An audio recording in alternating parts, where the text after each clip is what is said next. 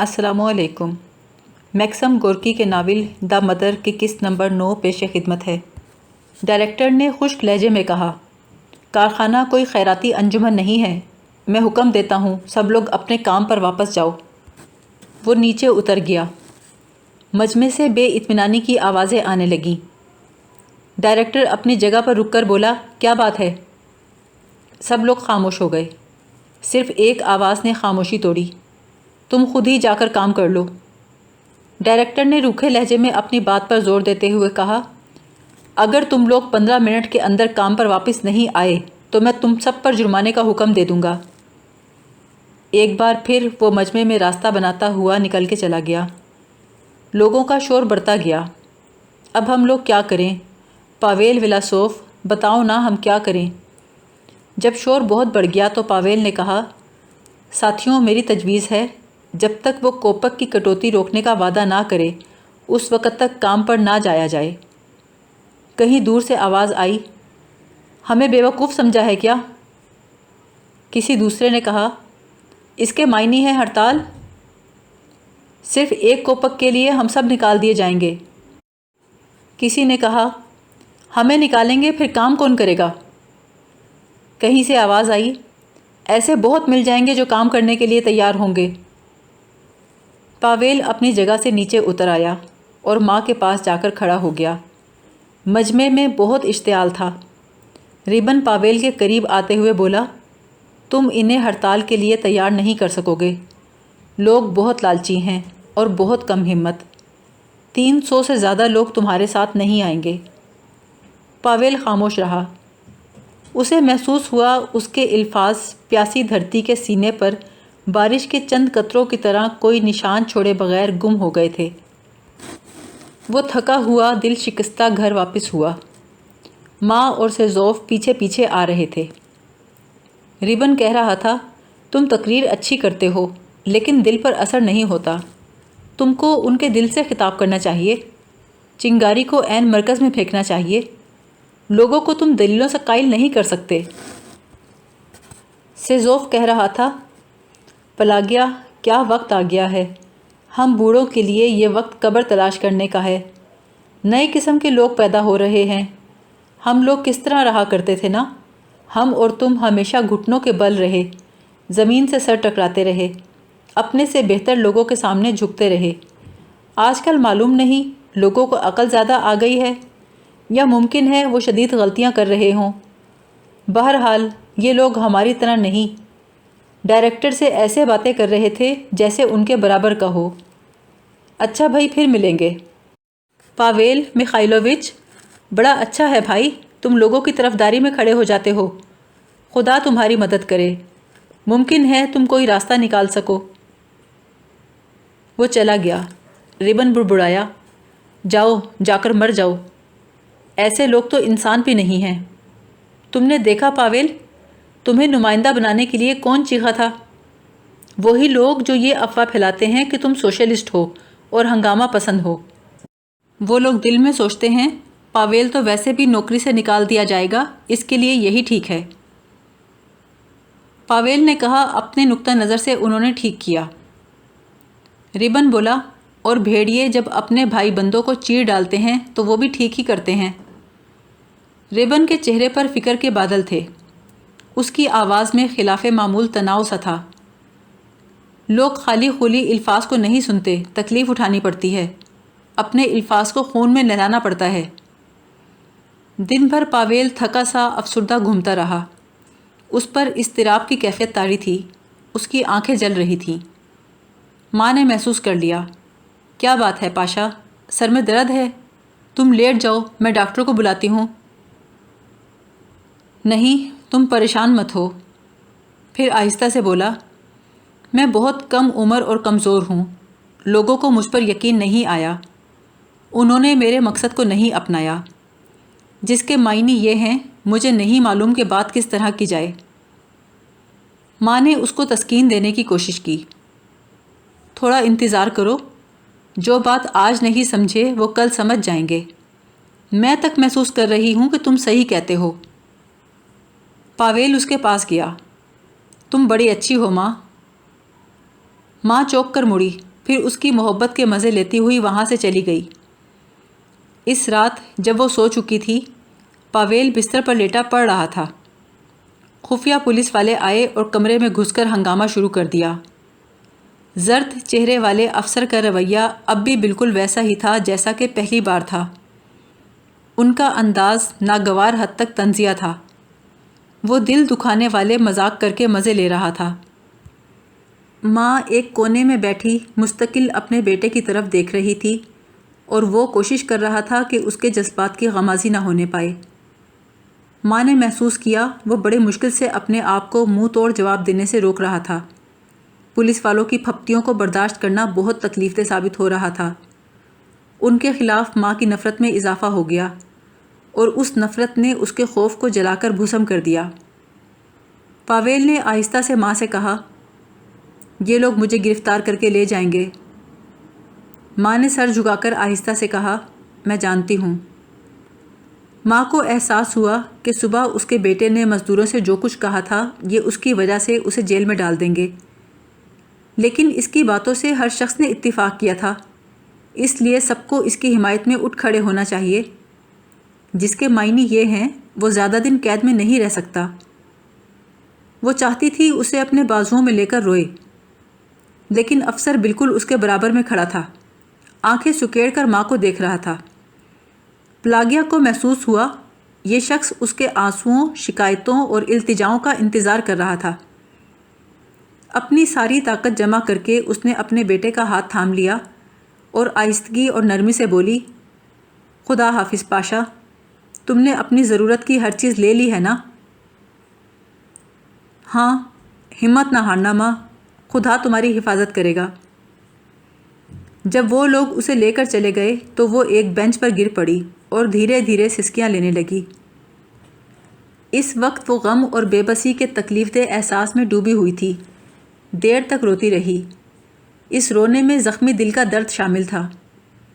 اس کے سینے میں ان لوگوں کے لیے تلخی اور نفرت تھی جو ماؤں کی آغوش کو ان کے بیٹوں سے محض اس بنا پر محروم کر دیتے تھے کہ بیٹے عدل و انصاف کے متلاشی ہیں۔ رات سرد تھی اور بارش کے قطرے کھڑکیوں پر بج رہے تھے۔ اس نے سوچا، کاش وہ مجھے بھی ساتھ لے جاتے۔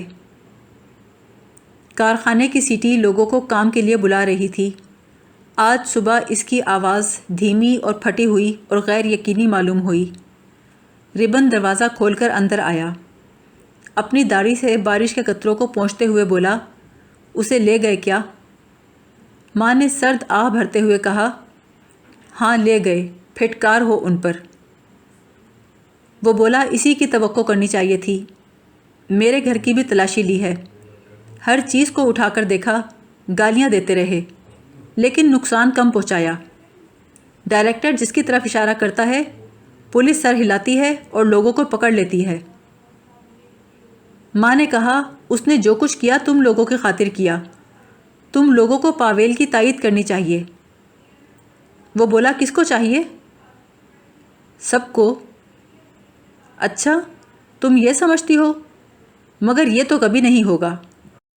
اس کے مایوس کن الفاظ نے ماں کو پہلے سے زیادہ دل شکستہ کر دیا۔ کون جانے وہ اسے مار دیں، اذیت دیں۔ اس نے تصور کیا اس کا بیٹا زخمی ہوئے اور مار کھانے کے بعد خون سے لت پت ہے۔ اس کے دل پر ایک وحشت ناک خوف چھا گیا۔ اس دن اس نے نہ چولہا جلایا، نہ کھانا کھایا، نہ چائے پی۔ شام کو جا کر اس نے روٹی کا ایک ٹکڑا کھایا۔ جب وہ سونے کے لیے لیٹی تو اسے محسوس ہوا زندگی اس سے پہلے کبھی اتنی خالی اور سنسان نہ تھی۔ گزشتہ چند برس سے وہ کسی اچھی اور اہم چیز کی امید میں زندگی گزارنے کی عادی ہو گئی تھی۔ اس کے چاروں طرف نوجوان لوگوں کی مسرت آگیں پرشور سرگرمیاں جاری رہتی تھیں۔ وہ اپنے بیٹے کا سنجیدہ اور آرزومندانہ چہرہ دیکھنے کی عادی ہو گئی تھی، اور اب وہ جا چکا تھا، ہر چیز چلی گئی تھی۔ وہ دن اور وہ رات کاٹے نہ کٹی، لیکن اس کے بعد دوسرا دن اور لمبا ہو گیا۔ اسے امید تھی کہ کوئی آئے گا، لیکن کوئی نہ آیا۔ شام ہو گئی اور پھر رات۔ بارش آہیں بھر رہی تھی اور ہوا دیوار سے سر ٹکرا رہی تھی۔ چھت سے پانی کے قطرے ٹپک رہے تھے۔ ان کی آواز گھڑی کی ٹک ٹک کی طرح عجیب محسوس ہو رہی تھی۔ جانے پہچانے ماحول کو غم نے غیر مانوس اور بے جان بنا دیا تھا۔ کھڑکی پر دستک ہوئی، 1 بار 2 بار، وہ ایسی دستکوں کی عادی تھی، لیکن اس بار دستک سے وہ خوشی سے چونکی۔ دروازہ کھولا، سموئیلوف اندر آیا۔ اس کے پیچھے ایک دوسرا شخص تھا جس کا چہرہ کوٹ کے الٹے کالر اور ترچھی ٹوپی کی وجہ سے ڈھکا ہوا تھا۔ سموئیلوف نے سلام کیے بغیر پوچھا، کیا ہم نے تمہیں جگا دیا؟ اس کی آواز میں پریشانی اور افسردگی تھی۔ ماں نے انہیں پرامید نگاہوں سے تکتے ہوئے کہا، میں سوئی نہیں تھی۔ سموئیلوف کے ساتھ آنے والے نے ٹوپی اتارتے ہوئے زور کا سانس لیا اور چوڑا سا ہاتھ ماں کی طرف بڑھا دیا۔ اس نے پرانے دوست کی طرح کہا، ماں مجھے نہیں پہچانا؟ پلاگیا نے دفتن خوش ہو کر کہا، تم ہو یوگورا یووانووچ؟ اس نے سر جھکا کر جواب دیا، بالکل وہی۔ اس کے چہرے پر مسکراہٹ تھی۔ چھوٹی چھوٹی بھوری آنکھیں نرمی اور شفقت سے ماں کو دیکھ رہی تھیں۔ گول اور پستہ قد چھوٹے چھوٹے ہاتھ اس کے چہرے پر چمک بھی تھی۔ سموئیلوف نے بڑی بے صبری سے کہا، ہمیں تم سے کچھ دریافت کرنا ہے۔ آج صبح کو نکولائی شکوف جیل سے باہر آ گیا ہے، شاید تم اسے جانتی ہو ماں۔ وہاں خوخول سے ملاقات ہوئی تھی، اس نے تمہیں سلام کہا ہے، اور پاویل نے بھی، اور کہا ہے کہ تم گھبرانا نہیں۔ اس نے یہ بھی کہلوایا ہے کہ اس کے راستے کو جو بھی اختیار کرے گا اسے جیل میں چند دن گزارنے ہی پڑیں گے۔ ہمارے آقاؤں کی مہربانی سے اتنی بات تو پکی ہے۔ اب ذرا کام کی بات کر لیں ماں۔ تمہیں معلوم ہے کل کتنے لوگ گرفتار ہوئے؟ ماں نے پوچھا، کوئی اور بھی ہوا پاویل کے علاوہ؟ وہ بولا، پاویل تو 49واں تھا، اور منتظمین غالباً ابھی 1 درجن گرفتاریاں اور کروائیں گے۔ جبھی کل سے اب تک کوئی ملنے نہیں آیا۔ پلاگیا کے ذہن میں ایک بات اور آئی، کم سے کم میرا بیٹا اکیلا نہیں۔ اب وہ مہمانوں کو دیکھ کر مسکرا رہی تھی۔ اتنے لوگوں کو پکڑا ہے تو میرا خیال ہے بہت دنوں تک نہیں رکھیں گے۔ یوگورا یووانووچ نے کہا، اگر ہم ان کا تماشا ختم کر دیں تو انہیں ناکامی ملے گی۔ نکتہ یہ ہے کہ اگر ہم کارخانے میں پرچے تقسیم کرنا بند کر دیں تو پولیس والوں کے ہاتھ موقع آ جائے گا۔ اس موقع کو وہ پاویل اور دوسرے ساتھیوں کے خلاف استعمال کریں گے جو پہلے ہی قید کی تنگی اور تکلیف اٹھا رہے ہیں۔ ماں نے کہا، میں کچھ سمجھی نہیں، تمہارا کیا مطلب ہے؟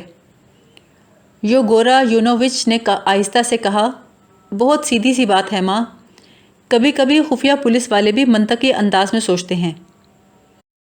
دیکھو، جب پاویل آزاد تھا تو کتابچے اور پرچے تقسیم ہوتے تھے۔ پاویل گرفتار ہو گیا تو نہ کتابچے نہ پرچے۔ صاف بات ہے، اس کے معنی یہ ہوئے کہ اس سب کی ذمہ داری پاویل پر ہے۔ وہ لوگ پاویل کو ختم کرنے کی کوشش کریں گے۔ خفیہ پولیس والوں کی عادت ہے، لوگوں کو اسی طرح نگل جاتے ہیں کہ کچھ باقی نہیں رہتا۔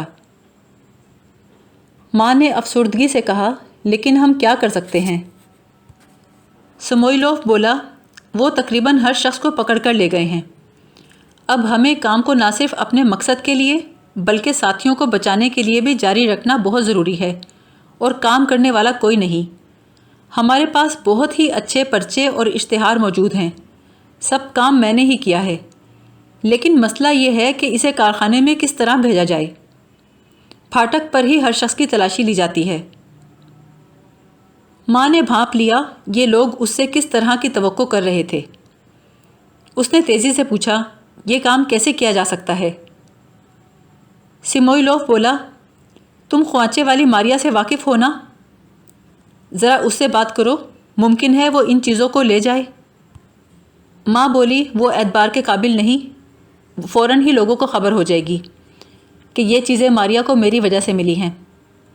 پھر وہ نیچی آوازیں بولی، وہ سب چیزیں مجھے دے دو، میں کوئی طریقہ نکال لوں گی۔ میں ماریا سے کہوں گی مجھے اپنی مدد کے لیے رکھ لے، مجھے روزی روٹی تو کمانا ہے نا، تو کھانا بیچنے کے لیے کارخانے جایا کروں گی اور سب کام ٹھیک ٹھاک کر لوں گی۔ اس نے ان لوگوں کو یقین دلایا کہ وہ ہر چیز بہت اچھے طریقے سے کر لے گی اور لوگوں کی توجہ کا مرکز نہیں بنے گی۔ تینوں مہمان خوش ہو گئے۔ یگور بولا، تم دنیا کی حسین ترین خاتون ہو۔ ماں مسکرا دی۔ اس پر یہ بات واضح ہو گئی تھی، اگر کارخانے میں پرچے تقسیم ہوتے رہے تو منتظمین اس کی ذمہ داری پاویل پر نہیں ڈال سکیں گے۔ اس نے محسوس کیا کہ وہ اس کام کو پورا کرنے کے قابل ہے۔ یگور نے کہا، سموئیلوف، تم پاویل سے ملنے جیل جاؤ تو کہہ دینا تمہاری ماں بہت اچھی ہے۔ سموئیلوف ہنس کر بولا، ملنے کیا جاؤں گا، گرفتار ہو کر ہی جاؤں گا۔ ماں نے کہا، اسے کہنا جو کام کرنے کے ہیں میں وہ سب کر لوں گی۔ یگور نے پوچھا، اور اگر سموئیلوف گرفتار ہی نہ ہوا تو؟ یہ سن کر سب ہنس پڑے۔